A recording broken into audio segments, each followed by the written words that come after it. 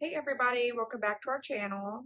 So I just wanted to make this video just to let everybody know that I have decided to start up my YouTube channel again and kind of just explain why I stopped making my videos and then give everybody an update on how Caroline's been doing over the last few years and where she's at now. The first thing I want to address is why I stopped making my YouTube videos, and I felt like I just needed to take a step away from YouTube and just focus on my mental health. At the time, I was not doing well mentally with everything that happened in Caroline's first 2 years of life. It There was so much that happened so fast that I felt like I was just not able to process it.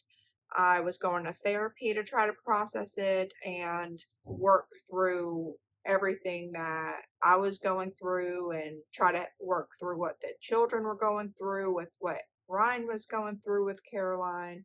There's just a lot of moving things, and Caroline was still in the midst of going through things even at that time. So I went to therapy to process my emotions, and after after I felt like I was mentally ready to start my YouTube channel again, I just could not get past this mental block I had, and it just stayed there for several months. It wasn't until we came to Boston again that I talked to somebody in the creative department in Boston about why I stopped my channel and what I was going through at the time, and then to tell them that I did want to start it up again. I just had no idea like how to go about it, where to start anymore. And they just sat with me and we just talked it out, and then they kind of just helped me get rid of that mental block. So even after I talked to the creative people from Boston Children's Hospital, I still had this like self-doubt and kind of like, okay, it does sound good to start my channel again, but is this something I really want to do? And I kind of had to remind myself the reason why I started the channel, how I did want to reach people that have kids that are complex with the esophageal atresia and the Down syndrome, and then just to give everybody like an insight of what it is like having a medically complex child. So that same day that I talked to the creative team at Boston, I had a mom reach out to me on Instagram who used to watch my videos a couple years ago, and they just shared their story and kind of told me how my YouTube videos used to impact them and how she decided to take her child to Boston Children's Hospital because I did my videos and I was able just to help her through things. And it kind of put back into perspective, like why I did start my channel and how I do want to advocate for babies with the Down syndrome and the esophageal atresia, or just families with complex medical needs, whether it is EA or anything else. So that really hit home, and I was like, okay, like I need to get serious about posting it again. And with being away from my kids, they like to watch my videos that I've made in the past just to feel comfort or just feel close to Caroline when they're away from Caroline. So I knew it was something that I wanted to pick back up again. The last part of this video, I kind of want to just give an update of what has happened the last 2 years with Caroline and where we are now. And I do have notes, so I'll probably be looking at my notes because a lot has happened and it's hard to keep up with. So the last time I videoed, it was Caroline's 2-year update, and she went into cardiac arrest that earlier that year, and then we were getting ready to get her ears checked because she was having the hearing loss, and then we were about to get her hiatal hernia repaired. So August of 2023, Caroline had her Nissen fundoplication with her G-tube residing, and then she had a, let me see, pyloroplasty.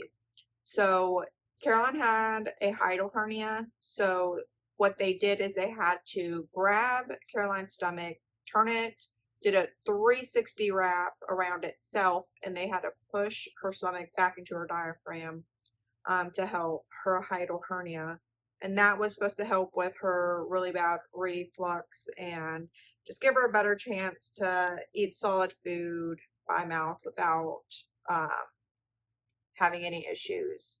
So they did that, and then they did recite her G-tube because she did get it the day she was born, her G-tube, and it was like growing with her. So the G-tube was sitting up higher than it should.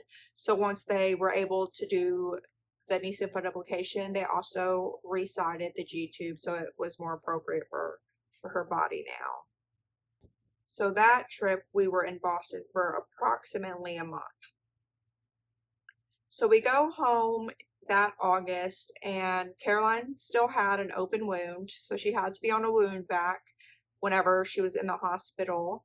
And so we were able to leave with the open wound as long as Boston was able to teach me how to clean her wound out every day and take care of it.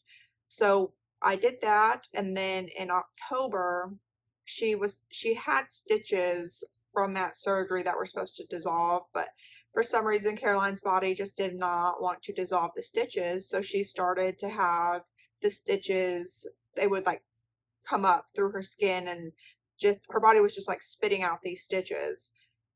So as one was coming up from her stomach, it actually created this pocket of pus because it was basically trapped.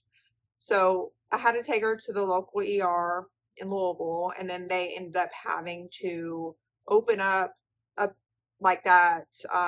Let me see what they called it. They called it an abscess. So they opened up the abscess, let it drain, and then it was the same thing. We had to go home with the open wound, and then we were still just cleaning it and packing it until it healed appropriately.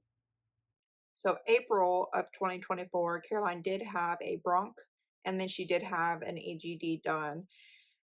And the findings with that bronch was that Caroline was having still some collapse of her trachea.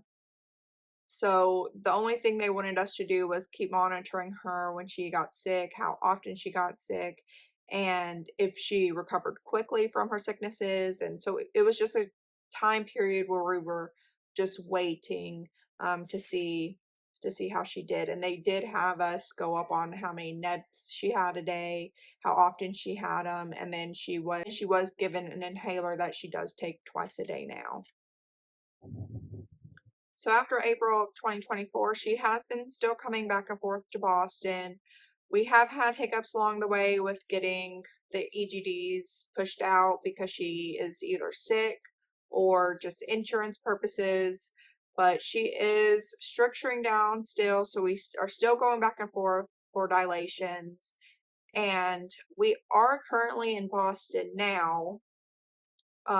Caroline ended up getting sick in May, and she had pneumonia, and she was on a couple courses of antibiotics for that.